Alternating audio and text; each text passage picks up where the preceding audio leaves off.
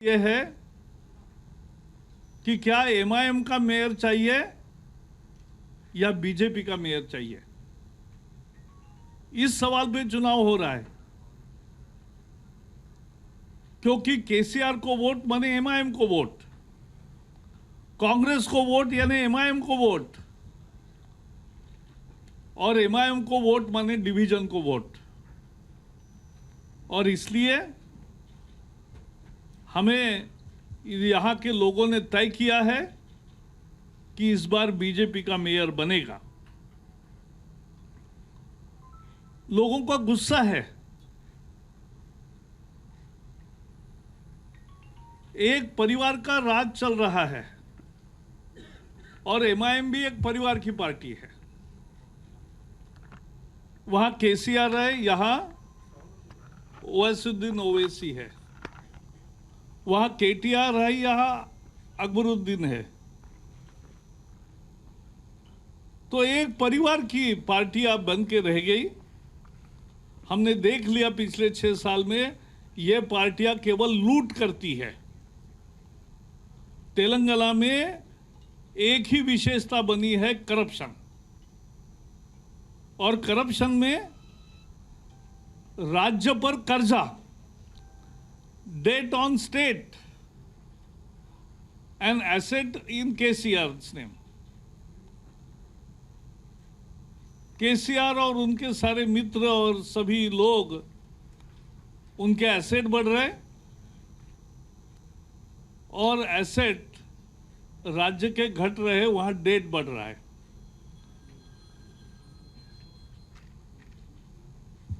और इसलिए भारतीय जनता पार्टी ने एक आरोप पत्र लाया है। 6 साल के 60 फेल्यूर्स,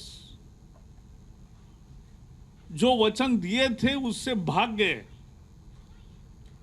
आज उसका ही हम प्रकाशन करेंगे, बाद में आपको भी मिलेंगे। क्या मुद्दा है? ये चुनाव काय के लिए हैदराबाद का वादा किया था, ग्लोबल सिटी बनाएंगे।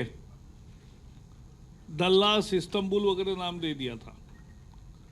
ग्लोबल सिटी बनाने का वादा था, फ्लड सिटी बनाकर छोड़ दिया। 15 दिन फ्लड, 6-6, 8-8 फुट, 10 फीट पानी, गाड़ियां बह रही है। देश ने कभी नहीं देखे ऐसे दृश्य हैदराबाद जैसे शहर में दिखाई दी। ये टेक सिटी है। टेक सिटी की यह हालत ये इंक्रोचमेंट के कारण हुई और ड्रेनेज की कोई व्यवस्था नहीं की। डल्लास की बात करते, वहां जाके ड्रेनेज देखो कैसा ड्रेनेज होता है। सफिशिएंट ड्रेनेज भी नहीं कर पाए और इसके कारण बारिश का पानी सब जगह जम गया। वो हमने देखा। तो एक ग्लोबल सिटी का वादा था, फ्लड सिटी में उसको बदल दिया। 1 लाख नौजवानों को नौकरी देने का वादा था, थोड़े लोगों को मिली, बाकी किसी को नहीं मिली। 1 लाख नौकरियों का वादा झूठा साबित हुआ। बाढ़ के बाद कॉम्पेंसेशन देने की बात आई। पहले तो 2 महीने दिया नहीं और बाद में 10,000 रुपए की ऐलान किया। अब सारे पैसे बैंक अकाउंट में जाते हैं, मोदी जी भेजते हैं 100 रुपए, तो 100 के 100 रुपए गरीब के खाते में जाते हैं। लेकिन यहां 10,000 रुपए कैश बांटने का शुरू किया, आधा पॉकेट में, आधा दे दिया। और वो भी कुछ लोगों को मिला, बाकी लोगों को नहीं मिला, ज्यादा लोगों को नहीं मिला।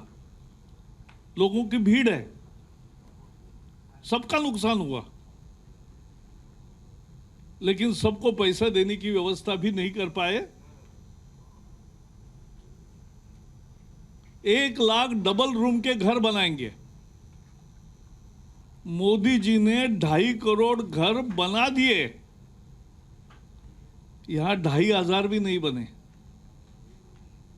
मुझे बताया 30 किलोमीटर दूर 1000 घर शायद बने होंगे। 1 लाख घर देने वाले थे 6 साल में। क्या हुआ? कुछ नहीं हुआ। केंद्र का पैसा आया, अपना नाम लगाने के लिए एक रूम बढ़ाने कर अपना नाम योजना को देना, यही केवल राजनीति थी, बाकी कुछ नहीं था। हुसैन सागर का पानी नारियल जैसा करेंगे, नारियल का पानी जैसा पीते लोग, वैसा हुसैन सागर का पानी लोग पिएंगे नारियल जैसा, ऐसा कहा।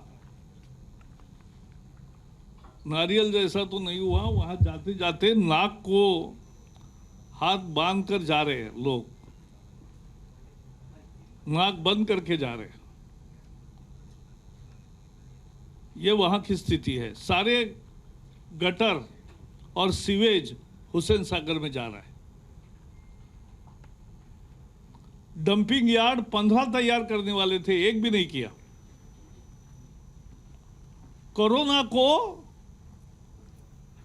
कोरोना काल में मुख्यमंत्री फार्म हाउस पर रहे या प्रगति भवन में रहे और जनता को भगवान भरोसे छोड़ दिया।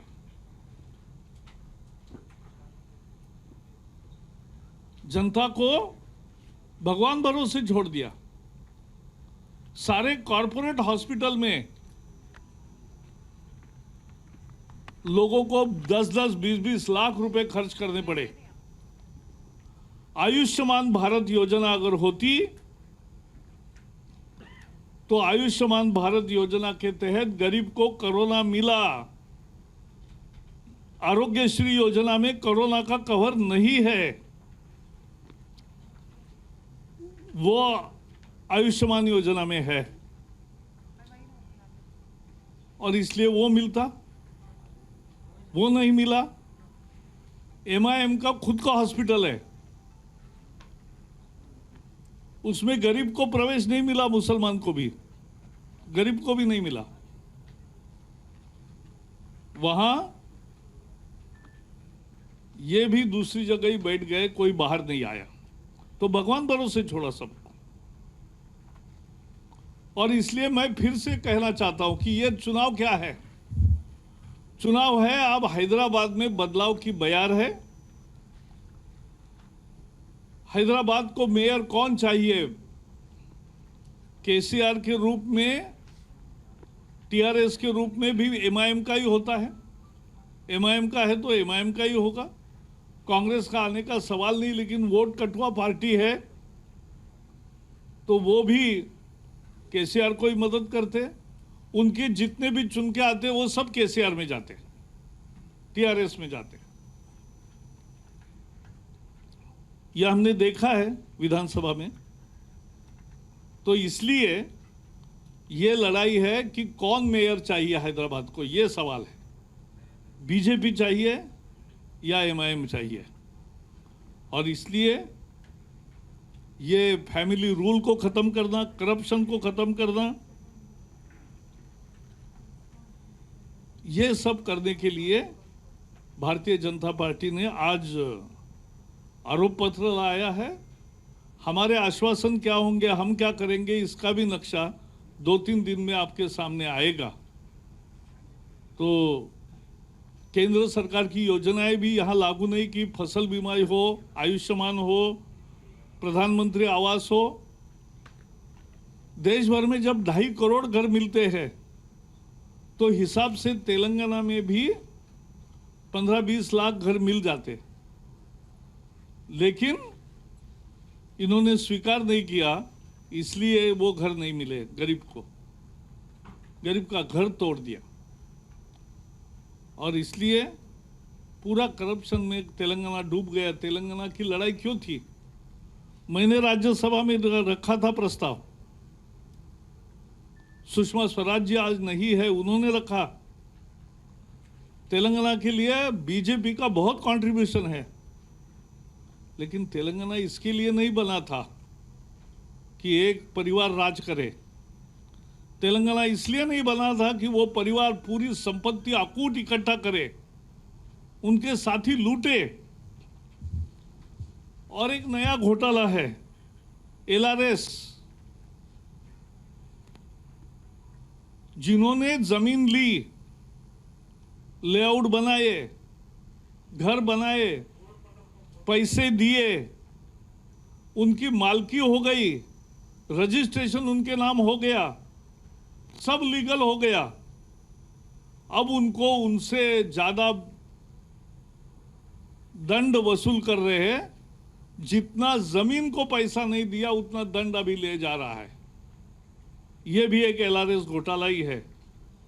और इसलिए ऐसे सब जो फेल्यूअर्स है उसके खिलाफ वोट करने का यही मौका है।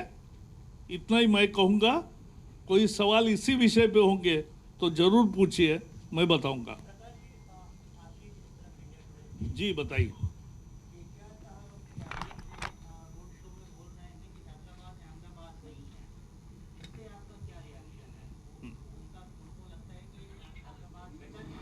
अहमदाबाद में 15 साल में दंगा नहीं हुआ।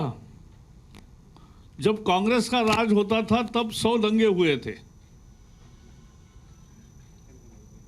और 15 साल में एक भी दंगा नहीं हुआ। और बीजेपी के 100 शहर में सत्ता है कॉरपोरेशन में, और 100 शहरों में दंगा नहीं हो रहा है। बीजेपी की यही तो विशेषता है। हम समाज के सभी वर्गों में सहानुभूति रखते हैं और इसलिए बिल्कुल दंगा मुक्त, भ्रष्टाचार मुक्त, ऐसा अच्छा विकास युक्त ऐसा हैदराबाद हम पेश करेंगे। और MIM मुक्त भी, वो भी महत्वपूर्ण। जी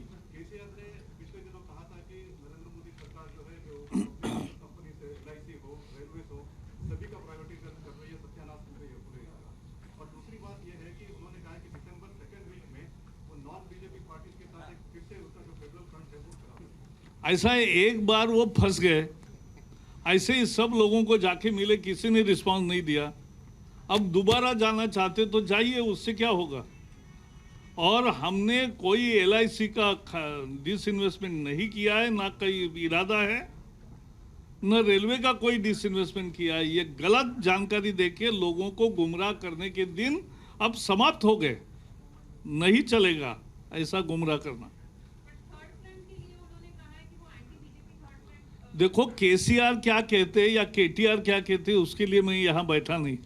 उन्होंने ये भी कहा, पहले हमारे सवाल के जवाब दो कि आपने एक परिवार का राज क्यों चलाया, दुबक्का में आप क्यों हार गए, आपने इतना राज्य को कर्जे में डुबाकर इतने आपके सगे संबंधियों की संपत्ति कैसे बढ़ गई, ये भ्रष्टाचार क्यों बढ़ गया, आपने 1 लाख वैकेंसी का वादा करके क्यों नहीं दिए जॉब्स युवाओं को, आपने 1 लाख घरों का वादा करके 1000 भी घर नहीं हुए तैयार, क्यों ऐसा हुआ। जो नारियल का पानी देने वाले थे, वो नारियल का पानी मिलने के बजाय गंदगी मिल रही है हुसैन सागर से। ये गंदा किसने किया। जो ग्लोबल सिटी बनाने वाले थे, आज उन्होंने फ्लड सिटी बनाई, उसका जवाब देना चाहिए। ये हमने मांगा है। अब ये जनता के सवाल है।